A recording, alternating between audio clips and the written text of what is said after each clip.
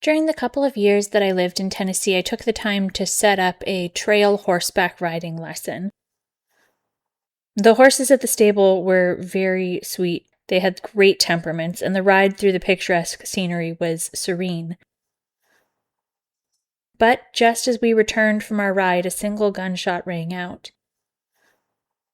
It was startling for riders and horses alike, and the ranch owner took off on horseback towards the gunshot, which seemed insane, yelling about hunters along the way. I don't know what direction the gunman was shooting in. I don't know if they were aiming at movement for an animal or a fellow rider, or if they fired a warning shot up in the air. But I did take entirely too many physics classes for somebody who ended up becoming a lawyer, and I know that if that bullet went up, it was coming down at a lethal speed. Following a domestic dispute, Chief Aviation Maintenance Administrationman Benton ignored the laws of physics and popped off around in her neighborhood. This is Conduct Unbecoming. I'm Erin, and I'm your host.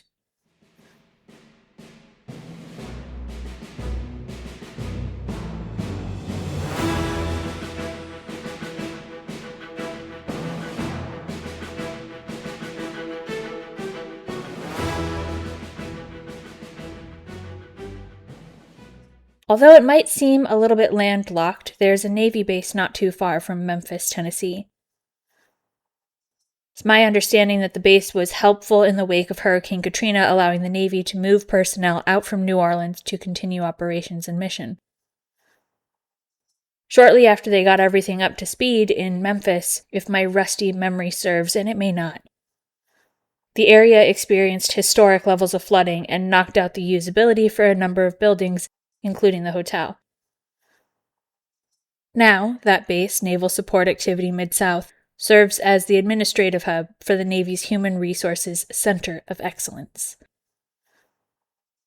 And about 30 minutes from that base is the town of Oakland, Tennessee, which, at a population of approximately 9,000, does not seem quite large enough for a police department, but the joke's on me.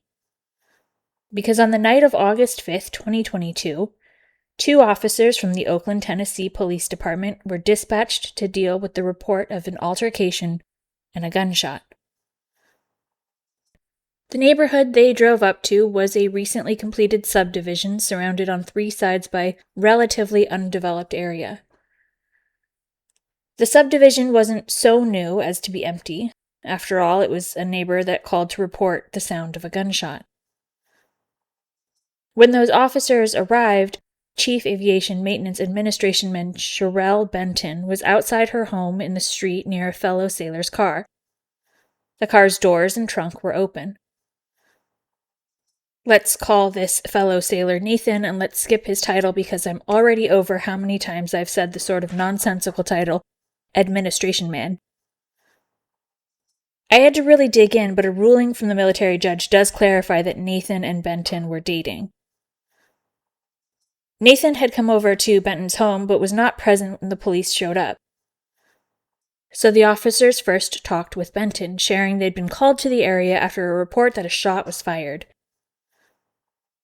Benton did her best to assure them that not only had she not fired a gun, she didn't even own one. They could rest assured. Benton also called Nathan to let him know that the police had shown up, so Nathan returned to Benton's home and the police asked him about his night. Benton either didn't have much opportunity to sneak Nathan the details of her answer, or perhaps Nathan was not eager to validate her version of events, because he explained to the police that he and Benton had been fighting that evening and that he left because she shot a gun.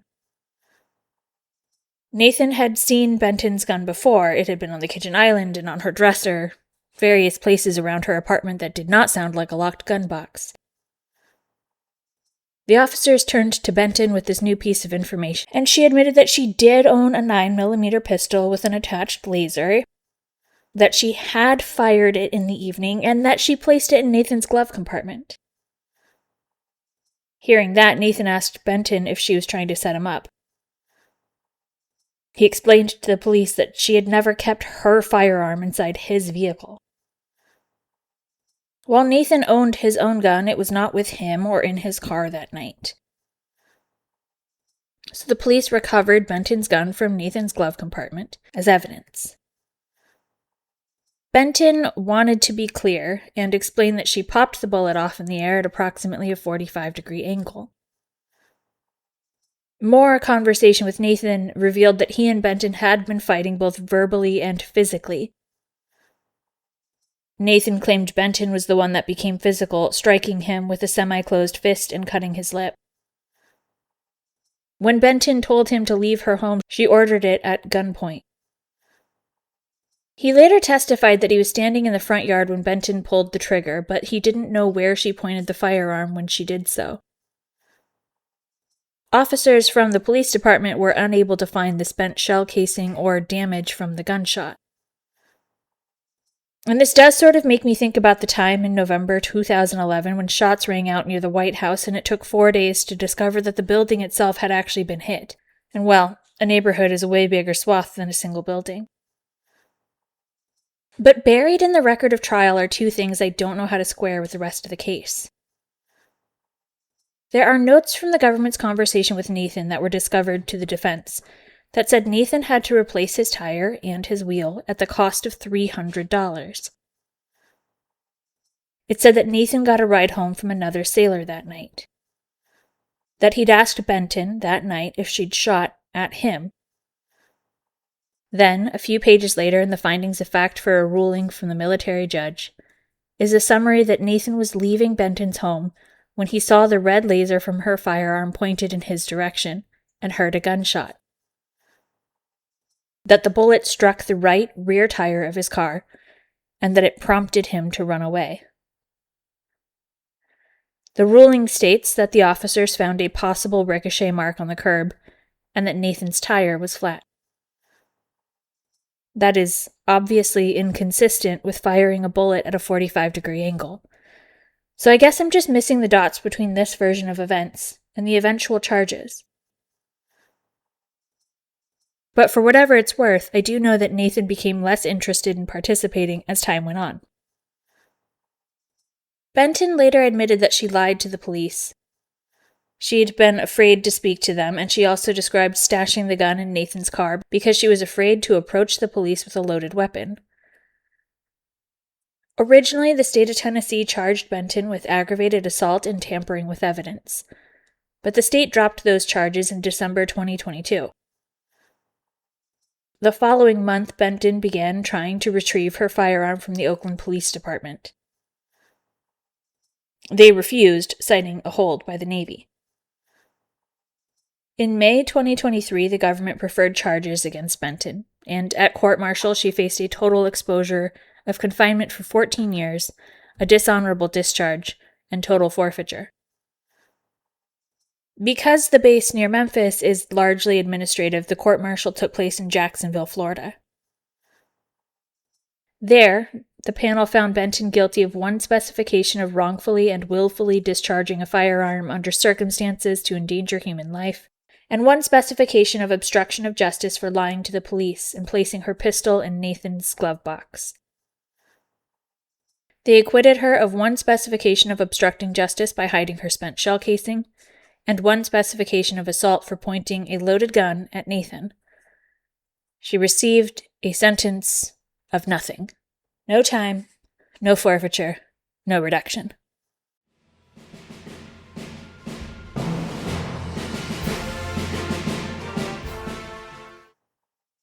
In what may very well be a first, I think I need to ask you to go listen to episode 6, the Irvin case, before we dive into the Legal Beagle section.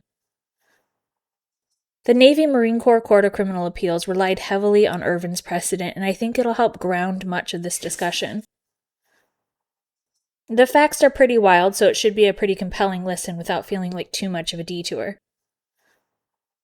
In her appeal to the NMCCA, Benton raised 5 assignments of error. The court granted oral argument as to 2 issues regarding the sufficiency of the evidence to support her conviction for discharging a firearm under circumstances endangering human life, and for the obstruction of justice, so challenging the 2 convictions she actually faced. For the factual sufficiency review, the NMCCA highlighted that they were tasked with reviewing all of the evidence for each of the challenged convictions in the light most favorable to the prosecution, because the prosecution was the prevailing party at trial. It's sort of a history is written by the winners kind of thing. As to the lying to the police, the NMCCA teased out the difference between taking care to avoid detection and obstructing justice. Being good at committing a crime in a way that avoids detection isn't enough to pick up an obstruction charge, they explained. And while Benton also challenged the legal sufficiency of the obstruction conviction, claiming the government failed to prove all of the elements of obstruction, she seems to have kind of forgotten she admitted them on the stand during her court-martial for the whole panel to hear. Concessions. They'll get you. And even if the concessions hadn't gotten her, the body-worn camera captured Benton lying to police officers, that quick denial that she even owned a weapon, the assertion that she hadn't fired anything that night. With the legal sufficiency of the evidence dealt with, the NMCCA was able to wrap up the factual sufficiency supporting that conviction pretty quickly. Then they turned to the factual sufficiency supporting the conviction for willfully discharging a firearm under circumstances that endanger human life. If you went back and you listened to Irvin, you may have surmised by my surrounded on three sides by undeveloped land, but the Benton court was unimpressed. The Irvin court found that a conviction requires a reasonable possibility of harm to human beings, not necessarily proof that an actual human life was actually endangered, but at least a reasonable potentiality for harm to human beings in general. Other precedent on the matter has rejected a theory of what goes up must come down, even though, again, physics. But Benton wasn't on a joyride in the back roads of rural Mississippi. She was in her occupied neighborhood. The government apparently didn't put on any evidence as to the sort of path that firing a 9mm at a 45-degree angle from Benton's porch might take. The court rejected the argument that the neighborhood's population density was enough to establish danger to human life. And it sounds like at least some of this issue comes down to the government's decision, or perhaps mistake, around providing any notice of expert testimony. Because the government didn't notice anyone as an expert, the judge precluded the responding officers or any other witnesses from offering testimony about what danger a bullet fired at a 45-degree angle in an occupied neighborhood might pose to human life. And maybe that's really commentary that we need better STEM education in America to get everyone through at least the projectiles section of physics, so that this doesn't require an expert opinion and can just be common knowledge. We're apparently not going to do anything about the things that fire projectiles, but can we at least educate people about the path projectiles take? I think this is a pretty disappointing outcome, but again, I'm not shy about my disdain for firearms or the casual way we treat shooting them.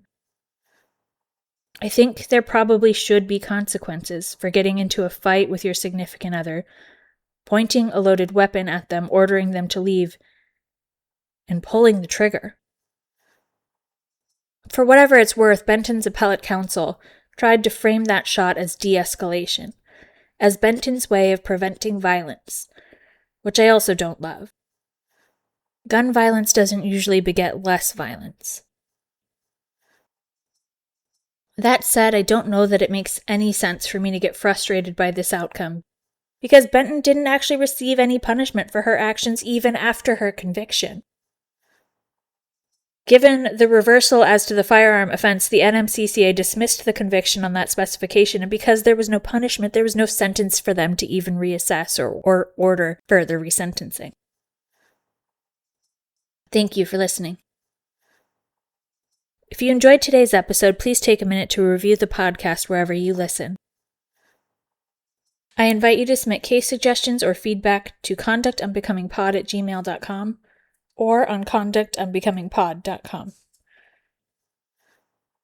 Join me next time when we dive into another incident of bad behavior while awaiting trial. Until then, take care.